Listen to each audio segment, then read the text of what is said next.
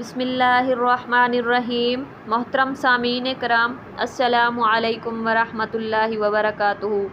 हजूर नबी करीम सल्लल्लाहु अलैहि वसल्लम ने सैयदा फ़ातिमा-तुज़-ज़हरा रज़ी अल्लाह ताला अन्हा को जहेज़ में एक कमीज़ दी थी।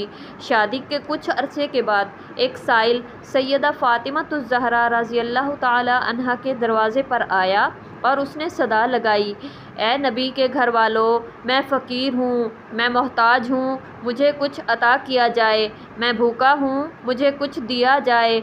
हज़रत सैयदा फ़ातिमा-तुज़-ज़हरा रज़ी अल्लाह ताला अन्हा ने इरादा किया कि अपनी पुरानी कमीज़ इसको दे दूँ। फिर ख़याल आया कि अल्लाह अज़्ज़ा वजल का फ़रमान है कि तुम उस वक्त तक फ़लाह नहीं पा सकते जब तक तुम अपनी वो चीज़ राह खुदा में ना दे दो जो तुम्हें बहुत ज़्यादा अज़ीज़ हो।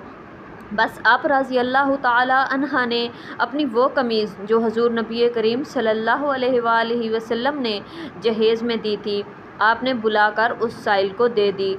तो प्यारे दोस्तों, प्यारे नबी की प्यारी बेटी हज़रत सैयदा फ़ातिमा-तुज़-ज़हरा रज़ी अल्लाह ताला अन्हा की ज़िंदगी ऐसी थी कि आप कई कई दिन फाके से गुजारती थीं, लेकिन फिर भी जब कोई मांगने वाला आता तो जो कुछ पास होता उसे अता कर देती।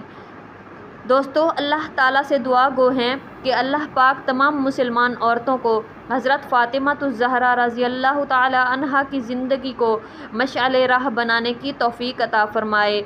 हमें उनके सब्र से सीखना चाहिए, हमें उनकी सखावत से सीखना चाहिए, और जिस तरह वो अल्लाह की इबादत करती हैं उनकी इबादत से हमें सबक हासिल करना चाहिए, उनकी घरदारी से हमें सीखना चाहिए।